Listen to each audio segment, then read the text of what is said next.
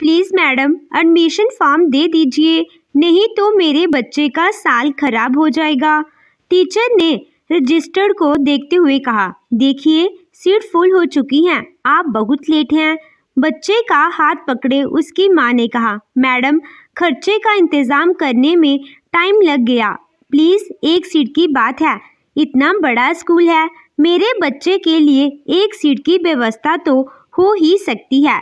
उसके इतना कहने के बाद भी टीचर टस से मस नहीं हुई। अंत में उसने कहा कि ठीक है, मैं प्रिंसिपल मैडम से बात कर लूँगी।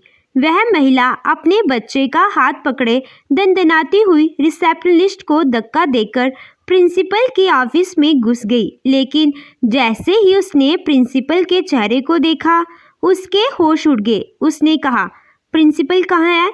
मुझे उनसे बात करनी है।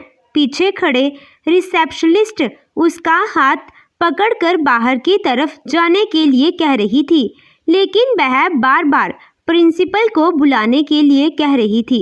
रिसेप्शनिस्ट ने जोर से कहा, मैडम यही तो प्रिंसिपल हैं।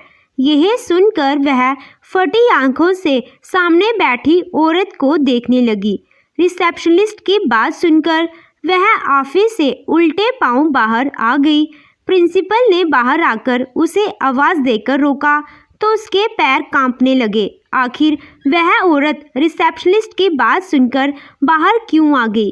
कहानी के अंत तक बने रहिए और वीडियो को पूरा देखिए। लाइक, शेयर और चैनल को सब्सक्राइब करें। अरे माँ, ये तो हमारे सिर पर ही चढ़ी चली आ रही है। आज मैंने इसे पुलाव बनाने को कहा था तो इसने दाल चावल बनाकर रख दिया। यह अपनी मर्जी चलाने लगी है। कविता की बात सुनकर उसकी माँ ने अपनी बहू राधिका से कहा, दाल चावल के सिवा इसने अपने घर में देखा ही क्या है? यह क्या जाने पुलाव बनाना नहीं आता तो दाल चावल बनाकर रख दिया। जाने किस मनहूस घड़ी में इसका रिश्ता आया था, मनहूस कहेंगी। दोनों माँ बेटी राधिका पर अपना गुस्सा निकाल रही थी और राधिका सुबह सुबह रो रही थी। राधिका की शादी को अभी 2 महीने हुए थे और उसके ससुराल वालों ने उसे तंग करना शुरू कर दिया था। शारदा जी का बेटा अंश एक फैशन गारमेंट बनाने वाली कंपनी में मैनेजर था। अंश के जॉब में सेटल होने के बाद उसकी माँ शारदा जी अब उसके लिए अच्छा रिश्ता ढूंढने लगी थी। अंश के लिए एक से एक अच्छे रिश्ते आ रहे थे, लेकिन शारदा जी को एक सीधी सादी बहू की तलाश थी।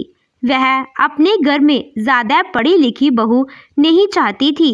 उन्हें तो एक घर संभालने वाली घरेलू लड़की चाहिए थी।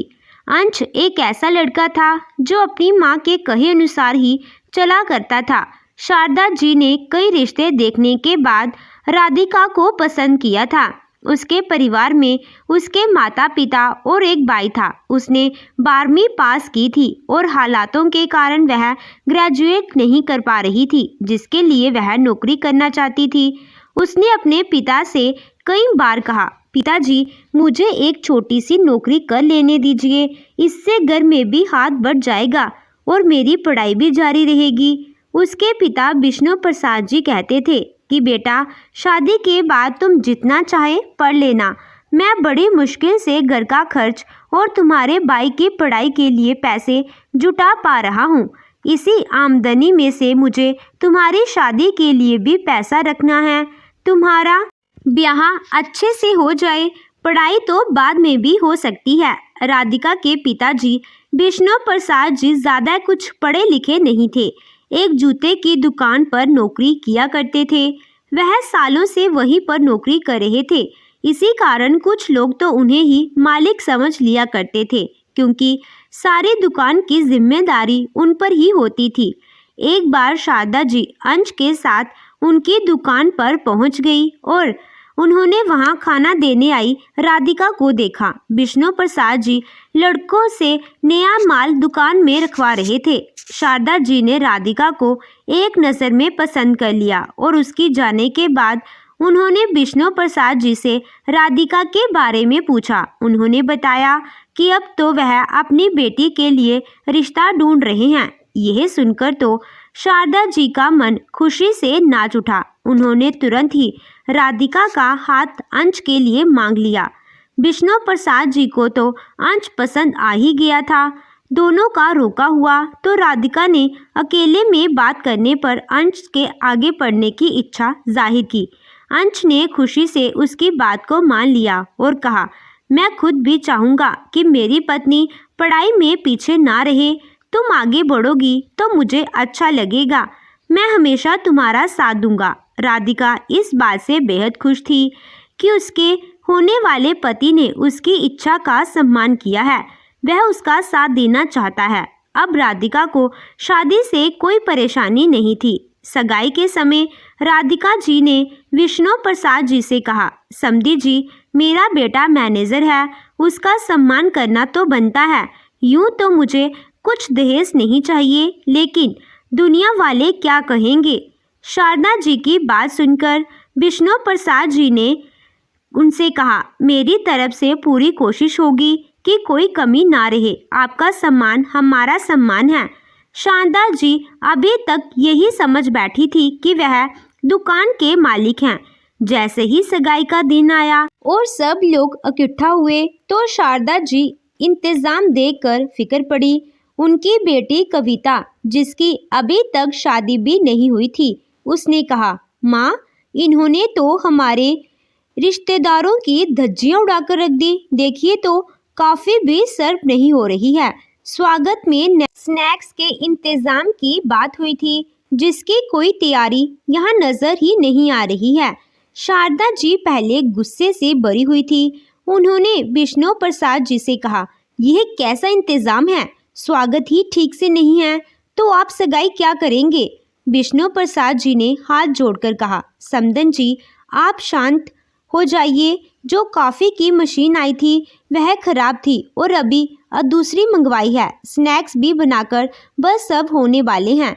शारदा जी ने मुंह बनाकर कहा, विष्णु प्रसाद जी, जैसे भी हो यह सब कीजिए, पर अगली बार मुझे कहने का मौका ना मिले। मेरे बेटे के लिए रिश्तों की कमी नहीं थी, लेकिन मैं आपकी 12वीं क्लास पढ़ी हुई बेटी को पसंद कर लिया। इसका मतलब यह नहीं कि समाज में हमारी इज्जत नहीं है। विष्णु प्रसाद जी हाथ जोड़कर नज़र झुकाए खड़े थे और उनकी पत्नी उन्हें दूर से देख रही थी। सगाई के शगुन देने के समय शारदा जी की नज़र दिए जाने वाले शगुन पर थी। जैसे ही विष्णु प्रसाद जी ने शगुन का लिफाफा तिलक करके अंश के हाथ में दिया तो शारदा जी ने मेहमानों के बीच उनसे पूछ लिया, इसमें आपने कितना शगुन रखा है? इतने सारे लोगों के बीच ऐसा पूछे जाने से विष्णु प्रसाद जी बहुत अपमान महसूस कर रहे थे। उनकी पत्नी ने कहा, शारदा जी, नाराज मत होइए, हमने बेटे के सम्मान का पूरा ख्याल रखा है। शारदा जी यह बात सुनकर चुप रह गई, लेकिन तभी उनकी बेटी कविता ने उनके कान में कहा, मम्मी, ज़रूर उन्होंने लिफाफे में कम पैसे रखे हैं, तभी तो लिफाफे को छुपा कर दे रहे हैं, और वैसे भी लिफाफे में ज़्यादा पैसे तो आ ही नहीं सकते। यह सुनकर शारदा जी का माथा ठनका हुआ था। उन्होंने तिलक के बाद जैसे ही खाना शुरू हुआ तुरंत आकर लिफाफे को खोलकर देख लिया, जिसमें 10,000 थे। शारदा जी 10,000 देखकर तमतमा गई और विष्णु प्रसाद जी के पास आकर बोली, ज़रा इधर तो आइए। एक तरफ बुलाकर उन्होंने विष्णु प्रसाद जी से कहा, इसे आप सम्मान कहते हैं? इतना तो मेरा बेटा एक शॉपिंग में खर्च कर देता है। इतनी बड़ी दुकान के मालिक होकर आपसे यही उम्मीद नहीं थी। विष्णु प्रसाद जी का चेहरा उनकी बात सुनकर सफ़ेद पड़ गया। उन्हें अब समझ में आया था कि शारदा जी उनके दुकान के मालिक होने के भ्रम में थी, लेकिन नाजुक स्थिति को देखते हुए उन्होंने शारदा जी को सच नहीं बताया और कहा, आप क्या चाहती हैं वह बताइए, मैं उनको करने की पूरी कोशिश करूंगा। शारदा जी ने उनसे 40,000 की डिमांड की और कहा कि 50,000 का तिलक तो कम से कम होना ही चाहिए। यह सुनकर विष्णु प्रसाद जी की आंखें फटी रह गई। यह सुनकर जैसे उनके कलेजे में दर्द ही होने लगा। खुद को संभालते हुए उन्होंने कहा, शारदा जी, अभी यह सगाई होने दीजिए, मैं आपको यह 40,000 कल आपके घर पहुंचा दूंगा। शारदा जी से ऐसा वादा करके उन्होंने उनको शांत किया, लेकिन आप चिंता यह थी कि कहीं यह झूठ शारदा जी को पता ना चल जाए।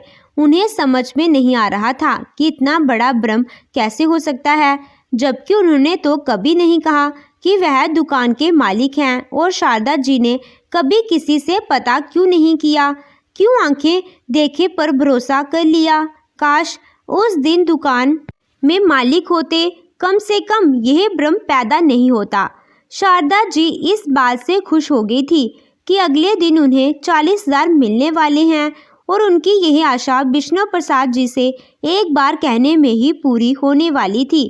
कविता ने उनसे कहा, मम्मी यह तो आपने बढ़िया किया, मौके पर ही बात कह दी और देखिए इससे कितना बड़ा फायदा हुआ। आपको तो यह भैया को भी बताना नहीं पड़ेगा। दोनों माँ बेटी खुश हो रही थी।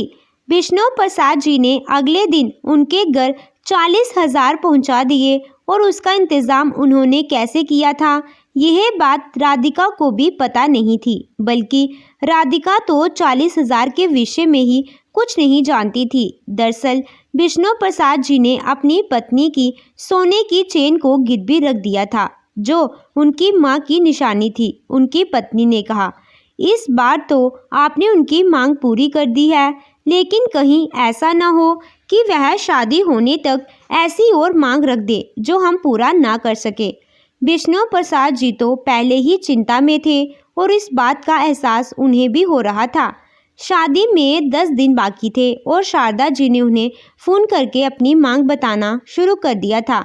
कभी फ़ोन पर वह मेहमानों के स्वागत की बात करती, तो कभी बारात के खाने के बारे में बात करती। उन्होंने विष्णु प्रसाद जी से मेहमानों को दिए जाने वाले उपहार के बारे में भी पूछा और साफ साफ कह दिया, विष्णु प्रसाद जी हमें दहेज तो कुछ भी नहीं चाहिए, लेकिन मेहमानों के ऊपर और स्वागत में कमी भी नहीं रहे। हमने सारे जीवन में इज्जत ही कमाई है, बस आप उसे डूबने मत दीजिएगा।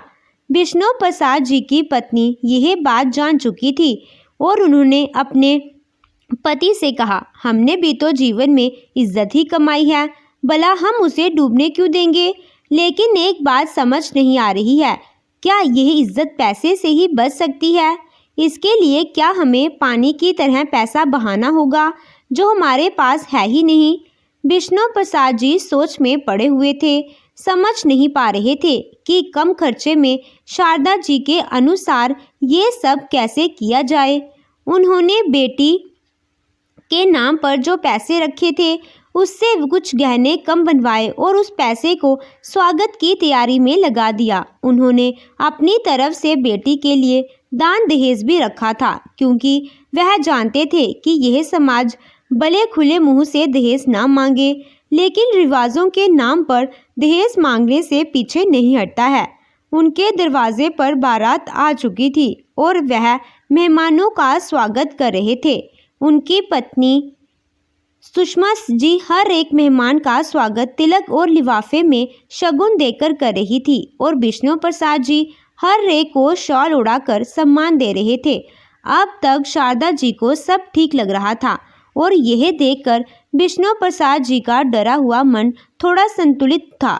अंश के स्टेज पर बैठने के बाद जैसे ही राधिका को स्टेज पर लाया गया तो उन्होंने विष्णु प्रसाद जी से कहा, विष्णु प्रसाद जी आप इतने बड़े जूते के शोरूम के मालिक हैं, आपको तो दोनों हाथों से खर्च करना चाहिए था। आखिर यह आपकी इकलौती बेटी है और शादी बार बार नहीं होती। विष्णु प्रसाद जी बेचारे यह सच बता ना सके कि वह तो उस जूते के शोरूम पर एक मामूली नौकर हैं। राधिका को स्टेज पर बैठाया जा चुका था और शारदा जी विष्णु प्रसाद जी से बात कर रही थी कि तभी वहां पर एक लड़का आया और उसने कहा, अंकल जी हमारे मालिक तो नहीं आ पाए, लेकिन उन्होंने यह शगुन भेजा है। शारदा जी उसे कहते सुनकर सन्न रह गई। उन्होंने उस लड़के को ध्यान से देखा तो उन्हें याद आ गया कि यह लड़का उस शोरूम पर काम करता है जो विष्णु प्रसाद जी का है, लेकिन यह किस मालिक की बात कर रहा है। विष्णु प्रसाद जी उसके अचानक आने से सकपका गए थे। वह चाहते थे कि लड़का जल्दी से चला जाए, लेकिन जैसे ही विष्णु प्रसाद जी ने उसे खाना खाने के लिए कहा और वह जाने लगा तो शारदा जी ने उसे रोक कर कहा, सुनो, तुम तो शोरूम पर काम करते हो ना, क्योंकि तुम कौन से मालिक की बात कर रहे हो? शगुन किसने भेजा है?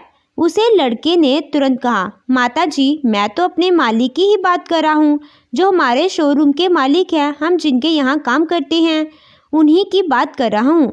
उन्होंने मुझे लिफाफा देकर कहा था कि मैं इसे अंकल जी को दे दूँ। शारदा जी गुस्से में लाल पीली हो रही थी। उन्हें समझ भी नहीं आ रहा था इस बड़ी सभा में विष्णु प्रसाद जी से क्या कहे।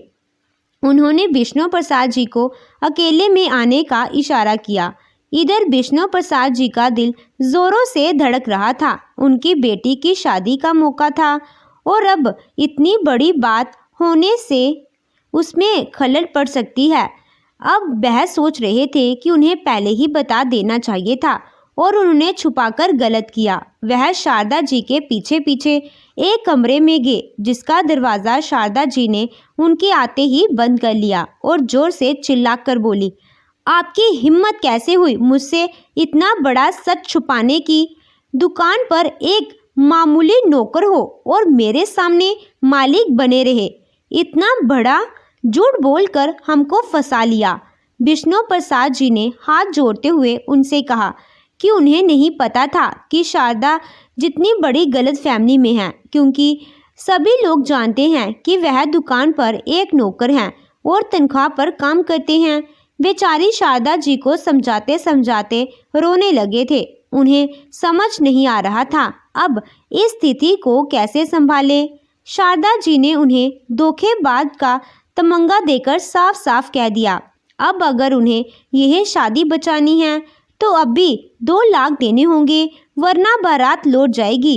विष्णु प्रसाद जी का कलेजा मुंह को आ रहा था। उन्हें लग रहा था कि उन्होंने अपने परिवार को मुसीबत में फंसा लिया है। इतनी जल्दी 2 लाख का इंतजाम कैसे हो सकता है? उन्होंने अपनी पत्नी को अकेले में बुलाया और सारी बात बताई। उनकी पत्नी सुषमा जी भी उन पर नाराज होने लगी। आपको उनकी गलतफहमी समय से दूर करनी चाहिए थी। विष्णु प्रसाद जी ने कहा कि अगर मैं सच बता देता तो यह रिश्ता टूट जाता और समाज में क्या इज्जत बचती। रिश्ता टूटने से बेटी के ऊपर एक दाग लग जाता। लोग तो हमारी राधिका में ही कमी निकालते। बस यही सब सोचकर मैं उन्हें सच नहीं बता पाया। बेचारी सुषमा जी उनके इन बातों का कोई जवाब नहीं दे पाई और उन्होंने उनसे कहा कि आप अभी के अभी किसी से बात करके घर को गिरवी रख दीजिए। 2 लाख हम कमा कर उधार देंगे, लेकिन कम से कम अभी से विवाह सही से हो जाए। विष्णु प्रसाद जी कमरे में बैठे अपने दोस्तों को फ़ोन मिलाते रहे। कितने लोगों को फ़ोन करने के बाद उनके एक दोस्त ने फ़ोन उठाया और विष्णु प्रसाद जी ने उन्हें सारी बात बताई। उन्होंने विष्णु प्रसाद जी की तुरंत मदद करने के लिए हामी भर दी। कुछ देर में विष्णु प्रसाद जी के पास पैसे आ गए और उन्होंने बाहर बैठी शारदा जी को जैसे ही पैसे ले जाकर दिए तो शारदा जी ने कहा, क्या बात है विष्णु प्रसाद जी, आपने 1 घंटे में 2 लाख का इंतज़ाम कर दिया। आपको तो मानना पड़ेगा, अब यह शादी एक समझौते की तरह हो गई थी। इसके बारे में अंश और राधिका दोनों ही नहीं जानते थे। राधिका जब विदा होकर अपने ससुराल पहुंची तो उसे इस बात ने हैरान कर दिया कि दरवाजे पर उसके स्वागत के लिए कोई नहीं था। बाहर खड़े रहकर अंश ने अपनी बहन को फ़ोन लगाया तो उसने कहा, ऐसे ही आ जाओ अंदर। उसकी बात सुनकर हैरान था। उधर जब कविता ने अपनी माँ से जाकर कहा, माँ बताओ अब क्या करना है, आपकी बहू तो बाहर आकर खड़ी हो गई है और बेटा बाहर से ही फ़ोन कर रहा है। तो शारदा जी ने विष्णु प्रसाद जी को फ़ोन लगाया। विष्णु प्रसाद जी, मैं आपके धोखे के बारे में अभी तक किसी को नहीं बताया है और आप चाहते हैं कि मैं किसी को ना बताऊं और आपकी बेटी इस घर में अच्छे से रहे, तो शाम तक 50,000 भिजवा दीजिए, नहीं तो अभी आपकी बेटी दरवाजे पर ही खड़ी है, कोई उसका स्वागत नहीं करेगा। विष्णु प्रसाद जी फोन पर ही रो पड़े और बोले, समदन जी, आपकी भी तो एक बेटी है, आप बात को समझने की कोशिश कीजिए। मेरे पास जो था मैं इस विवाह में लगा चुका हूँ। आपको 2 लाख भी मैं कर्ज ही लेकर दिए हैं। आपने तो कहा था कि 2 लाख के बाद सब ठीक होगा, लेकिन अब प्लीज ऐसा मत कहिए। शारदा जी ने कहा, धोखेबाजी तो आपने की है, मैंने कोई धोखा नहीं किया है। मैं कल यह तो नहीं कहा था कि 2 लाख में आपकी बेटी का स्वागत भी हो जाएगा। विष्णु प्रसाद जी शारदा जी की बात सुनकर हैरान थे और रो भी रहे थे। साथ में बैठी पत्नी सुषमा जी उनकी पीठ सहला रही थी। विष्णु प्रसाद जी ने उनसे कहा कि मैं शाम तक कैसे भी करके 50,000 आप तक पहुंचा दूंगा। शारदा जी इसके बाद आरती की थाली से जाकर बाहर ले गई और राधिका का तिलक करके उसका स्वागत किया। कविता ने अंदर जाकर अपनी माँ से कहा, मम्मी, कुछ देर पहले तो आप शाम बैठी हुई थी, फिर अचानक क्या हो गया जो बहू का स्वागत करने पहुंच गई? कहीं नहीं बहू से लगाव तो नहीं हो गया? यह सुनकर शारदा जी ने सारी बात अपनी बेटी को बताई और कहा, अब तू देखना कैसे इसके बाप को एटीएम मशीन बनाती हूँ। उधर विष्णु प्रसाद जी कर्ज तले पहले ही दब चुके थे और अब शाम तक 50,000 का इंतजाम भी करना था। विष्णु प्रसाद जी के पास अब बेचने को भी कुछ नहीं था। अपना मकान तो पहले ही लाख के बदले गिरवी रख चुके थे। जैसे जैसे शाम करीब आ रही थी, उनकी घबराहट और बेचैनी बढ़ती जा रही थी। अंत में उन्होंने बेटे के लिए रखे थोड़े से पैसे भी शारदा जी को दे दिए। उधर राधिका को शाम तक किसी ने खाने के लिए भी नहीं पूछा था और अंश तो दूसरे कमरे में जाकर सो गया था। राधिका अपने कमरे में ही बैठी हुई इंतजार कर रही थी कि कोई तो उसके पास खाना लेकर आएगा। फिर रात को राधिका के पास कविता थाली में खाना लेकर आई, लेकिन राधिका देखकर हैरान रह गई कि उस थाली में खिचड़ी थी। उसे तो खिचड़ी बिल्कुल पसंद नहीं थी। नई बहू को खिचड़ी कौन खिलाता है, ऐसे ख्याल उसके मन में आ रहे थे। बेमन के थोड़ी सी खिचड़ी खाकर वह सो गई। शारदा जी मेहमानों की विदाई करती रही और अगले दिन शाम तक सारे मेहमान चले गए। राधिका हैरान थी कि उससे कोई बात नहीं कर रहा था। सबके जाने के बाद शारदा जी ने राधिका से रसोई में मीठा बनाने को कहा। कविता ने कहा, खीर बना लो, तो शारदा जी ने कहा, नहीं, हलवा बनाओ। उसे कुछ समझ नहीं आ रहा था तो उसे अंश ने कहा, ऐसा करो, तुम खीर ही बना लो। राधिका ने खीर ही बना ली, लेकिन उसकी सास शारदा देवी ने खाने के वक्त जैसे ही खीर देखी, उनका पारा हाई हो गया। उन्होंने कहा, अभी आए कुछ घंटे नहीं हुए, इस लड़की ने अपनी मर्जी चलानी शुरू कर दी। मैंने तो हलवा बनाने को कहा था। तो राधिका ने धीरे से कहा कि मम्मी जी, दीदी ने खीर बनाने को कहा था। ये बात सुनते ही शारदा जी और भी गुस्से से भर गई। मेरे घर में राशन क्या तेरा बाप रख कर गया है? इतनी सारी दूध की खीर बनाकर रख दी, और इस खीर का रंग तो देखो, दूध में चावल ही डालने होते तो मैं नहीं कर देती। बाप तो धोखेबाज है ही, बेटी के चाल चलन भी ऐसे ही हैं।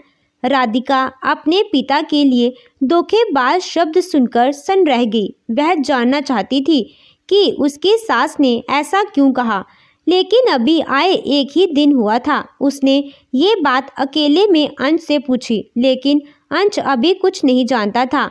फिर तो शारदा जी रोज ही राधिका को उसके पिता के नाम पर ताने देने लगी, और एक हफ्ते बाद उसको यह भी पता चल गया कि उसके साथ ऐसा क्यों कह रही है। उसकी ननद कविता जरा सा काम बिगड़ जाने पर उससे कहती, तूने अपने घर पर देखा ही क्या है, तेरा बाप की तो औकात है नहीं, तभी तो झूठ बोलकर शादी की। राधिका मन ही मन इन बातों से दुखी होती थी और कमरे में छुपकर रोती थी। उसने अंश से भी कहने की कोशिश की, लेकिन अंश ने साफ कह दिया, यह मेरी माँ और बहन है, मैं इनके बारे में एक शब्द भी नहीं सुनूंगा। और वैसे भी तुम्हारे पिता ने धोखा ही तो किया है। शुक्र करो मेरी माँ ने उस वक्त कुछ नहीं कहा, नहीं तो तुम्हें पता ही है कि यह शादी ही होना मुश्किल हो जाती। यह बात सुनकर तो राधिका अंश से भी उम्मीद खत्म हो रही थी कि वह कभी उस पर होते अत्याचार के खिलाफ बोलेगा। उधर उसके पिता विष्णु प्रसाद जी का स्वास्थ्य बिगड़ने लगा था, क्योंकि शारदा जी आए दिन उन्हें झूठ के बदले ब्लैकमेल करने लगी थी। वह उनसे साफ कहती थी, आपकी बेटी का सुख इस झूठ को छुपाने में ही है, लेकिन इसे छुपाने के लिए आपको कीमत तो देनी ही होगी। जबकि राधिका सब कुछ जान चुकी थी, लेकिन अपने पिता के सामने मुस्कुराती थी। वह अब तक अपने घर अपने पिता से मिलने एक ही बार गई थी। वह हर बार ससुराल की जिम्मेदारियों का बहाना बना देती थी, जबकि जब भी राधिका अंश से कहती कि उसे अपने माता पिता की याद आ रही है, तभी उसकी माँ कहती, अपने घर क्यों जाना है? इसीलिए ही ना, ताकि तू हमारी बुराई वहाँ जाकर कर सके। तुझे शर्म नहीं आती अपने ससुराल के बारे में ऐसी बातें करने में? राधिका बार बार कहती कि नहीं मम्मी जी, मुझे तो बस माँ की याद आ रही है, लेकिन शारदा जी उसे ताने दे देकर इतना रुलाती थी कि राधिका जाने के लिए स्वयं ही मना कर देती थी। इतनी चिंताओं के तले दबकर एक दिन राधिका के पिता विष्णु प्रसाद जी की मृत्यु हो गई। जैसे ही राधिका की माँ ने फोन करके राधिका को यह खबर दी, तो राधिका जोर जोर से रोने लगी। तो शारदा जी ने राधिका से कहा, अरे किसके लिए रो रही है? तेरा बाप तो आदमी ही धोखेबाज था, और वैसे भी ससुराल जाकर लड़की का मोह अपने माता पिता से खत्म हो जाना चाहिए। ज़्यादा रोने की जरूरत नहीं है। राधिका को अंश उसके घर ले गया और अंतिम संस्कार का कार्य पूरा होने के बाद रात को ही घर चलने के लिए कहने लगा। राधिका अपनी माँ को संभालने के लिए वहीं रुकना चाहती थी, लेकिन अंश ने कहा, तुम्हें अपने ससुराल का कोई ख्याल नहीं है। जो लोग जीते जागते हैं उनकी कोई ख्याल नहीं है तुमको। राधिका की माँ ने यह सुनकर राधिका को घर जाने के लिए कहा। राधिका का भाई जो अभी 16 साल का था, वह दीदी से लिपट कर रो रहा था। बेचारी राधिका खुद को उससे छुड़ाकर अंश के साथ वापस चली आई। रात भर राधिका अपने पिता को याद कर रोती रही। उसने खाना भी नहीं खाया और किसी ने उसे पूछा भी नहीं। पति होने के नाते अंश का उस पर ध्यान तक नहीं गया। अगले दिन राधिका बिस्तर पर बुखार से तड़प रही थी, इस कारण सुबह उठ नहीं पाई। कविता ने कमरे में आकर जोर से चिल्लाकर कहा, मम्मी देखो, यह महारानी तो अभी तक सो ही रही है। भैया तो ऑफिस के लिए तैयार भी हो गए। बाप मर गया, लेकिन हमारे लिए यह ड्रामा छोड़ गया। राधिका उठकर बैठ गई थी और कविता के शब्दों से दुखी होकर अपने आंसू पोंछने लगी। कविता ने उसे रोते देखकर कहा, देखो मम्मी, सुबह सुबह यह हमारे घर में मनहूसियत फैला रही है। इसके रोने का ड्रामा बंद ही नहीं हो रहा है। शारदा जी गुस्से में तिलमिलाते हुए कमरे में आई और बोली, तेरे आंसू मैं निकलवाती हूँ। अभी तेरा रोकर दिल नहीं भरा ना, चल उठ यहाँ से। यह कहकर शारदा जी राधिका को खींचते हुए उसे कमरे से बाहर लाई और दरवाजे तक लाकर कहा, जा अपने उस मरे हुए बाप के घर। जब रोकर दिल भर जाए तब आ जाना, लेकिन गारंटी नहीं है कि यहाँ एंट्री मिलेगी। राधिका अपनी सास के पैर पड़कर रोने लगी और कहने लगी, मम्मी जी ऐसा मत कहिए, मैं अब नहीं रहूँगी। प्लीज़ मुझे घर से मत निकालिए। मेरी मम्मी तो इस खबर से ही मर जाएगी। राधिका काफ़ी देर दरवाजे पर खड़ी अपनी सास के हाथ जोड़ती रही। उसके बाद शारदा जी ने उससे कहा, खबरदार जो अब रोई तो चल अब रसोई में जाकर आलू के परांठे बना। राधिका को बात बात पर औकात दिखाई जाती थी। कविता सीधे उस हैसियत की बात करती थी और उसे नीचा दिखाती थी। अंश को उसका पति होकर भी इन बातों से कोई मतलब ही नहीं था। शारदा जी रोज राधिका से कहती, तेरे बाप को पैसा देना पड़े इसीलिए चला गया और हमारे गले यह हड्डी छोड़ गया। शारदा जी बात बात पर कहती कि इससे तो अच्छा मैं अंश की दूसरी शादी कर दूं। जब शादी को 1 साल होने को आया तो शारदा जी ने कहा, ना तो तू बच्चा पैदा कर सकी और ना ही पैसा ला सकी। जाने कौन सी घड़ी में जो मनहूस मुझे पसंद आ गई थी। एक दिन जाने क्या हुआ कि शारदा जी ने राधिका से कहा, हम लोग 3 दिन के लिए बाहर जा रहे हैं, तुझे अपने घर जाना है तो चली जा, लेकिन ध्यान रहे हमारे आने तक वापस आ जाना। राधिका मन ही मन इस बात से खुश हो गई। बहुत समय बाद उसे घर जाने दिया जा रहा था। उसने अंश से घर छोड़ने को कहा तो कविता ने कहा, 1 साल हो गया, अब भी नई नवेली दुल्हन बनी हुई हो, खुद क्यों नहीं चली जाती।